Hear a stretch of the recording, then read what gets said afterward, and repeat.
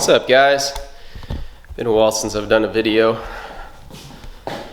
Alright, so today I need to do some dirt work, so that means I get to go on the tractor. That's the plan anyway. So I wanted to point out something real quick because I thought it was a little funny. I laugh about it now, but I was a little upset at the time. We just got a new roof and put some 6-inch gutters on the house. Brand new 6-inch gutters. Happened yesterday, and not even 6 hours later, come outside and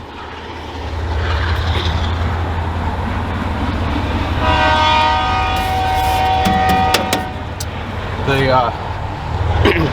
wife backed out of the driveway, or out of the garage, not even 6 hours later, and she already damaged the new gutters.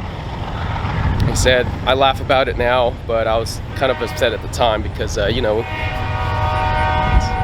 nice gutters, brand new, not even a day old and already damaged. But anyways, so I'm out here. It's a nice day, nice Saturday. Been a while since I've done a video, but I wanted to talk about the Coyote because I'm a little over 20 hours on it, and it's time for some maintenance. And I'm not going to be able to have much time to do the maintenance today, but I will be doing it soon. But I need to get some dirt moved because we just got 45 yards of dirt here. I've already moved another 15. There's some grading work that I'm doing around the house, so the Coyote is going to be put to use for that. But as you can see, it's a good amount of dirt. I will say that the 15 yards that I've already moved, I know I talked about in one of my first videos how previously we would get dirt and we would move it around the yard, and with the wheelbarrow and shovel, it would take me all day and it would take me days to move that dirt. And of course with the Coyote, obviously with the bucket loader and being able to haul that much dirt around, 15 yards moved around within a good few hours. And so this once again is going to go around the yard. Gonna grade out some of the areas in the yard, move some, try to keep some of the water away from the house, and yeah. So I'm gonna pull the Coyote out and talk about my first 20 hours with it, kind of some good and bad, mostly good, and then I'm gonna get started with the day before it gets too hot. So let me pull the Coyote out here. I still haven't done a video on the mule, by the way. I ended up getting a side-by-side here a few months ago, and it's really come in handy. I gotta be sure to do another video talking about the mule, why we got the mule, why everybody needs one, just like why everybody that is on acreage needs a tractor. So I'll be sure to do another video on that.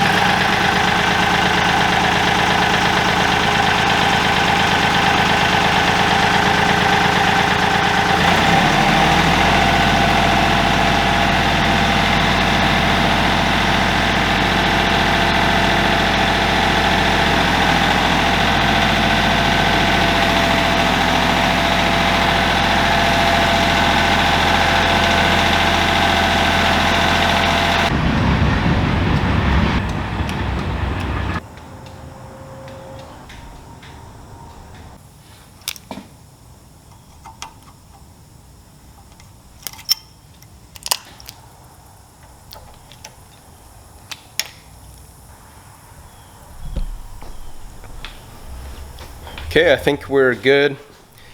This is the first time I've greased the joints on here since I got the tractor. Like I said, I'm a little over 20 hours on the tractor, so there's a little bit more maintenance that needs to be done. But I noticed the last time I was hauling dirt around, it was getting a little squeaky when I was moving the bucket around. I could hear a little squeaky, and I'm assuming that was because of the joints. Yeah, there's 1, 2, 3, 4, 5, 6, 7, 8 grease joints on each side, so you're looking at 16. Had a tube, 1 tube of grease, and it seemed to be right about enough to the point where the grease was starting to come out as I was pumping it in there. So got it greased up. I'm gonna load up or get up on the tractor, start moving some dirt around, and the next video I'll be sure to cover a little bit more of the maintenance that's required at 20 hours. I'm no expert at this, so I'm really just reverting to the manual, and I'm going to follow what the manual recommends. But I'll be sure to do a video outlining or just showing what I will be tackling on that maintenance. So time to get on the tractor, time to get to work. So before I get dirty here for the day, loading up dirt, I guess I was going to talk about my review so far. 20 hours, like I said, on the tractor. My thoughts, pros, cons. So once again, this is my first tractor. It's done what I've needed it to do, which for the most part is just hauling dirt, gravel around the yard, around the property, and of course it does its job, as I'm sure any tractor would. But some of the things that I noticed, the good, is it fires up. I mean, I know it's still a relatively new tractor, but it fires up just like that, no issues. As soon as you turn the key, it turns over and it starts up right away.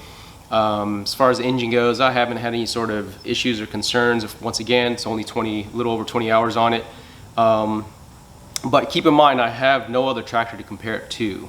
So this is just coming from a pure amateur, someone that's, you know, driving around this tractor on, you know, we've got little under 9 acres, plus minus, and it hasn't been used to the I wouldn't say it's been used to the extreme. So once again, it's hauling a bunch of dirt around and garden work, using the box blade to level out the driveway, which I did a video, but it was a poor video, so I didn't even bother putting it together. But yeah, I mean, it's you know, comfortable. I haven't had anything fail on me yet, and hopefully it never does. The one thing that I know sticks out, and I notice it every time, is when I shift the gears, it sometimes gets a little sticky. Now, I've read on some of the forums other people complaining or mentioning that. I don't know if that's normal, but what I mean by that is when I pop it into neutral, or let's say it's in neutral, I start up the tractor. If it was previously, say, sorry, one of the roosters. Let's say it's a neutral and I pop it into high, that's usually no problem. But let's say I stop and I want to bring it over to medium or low. I want to bring it to like medium or low.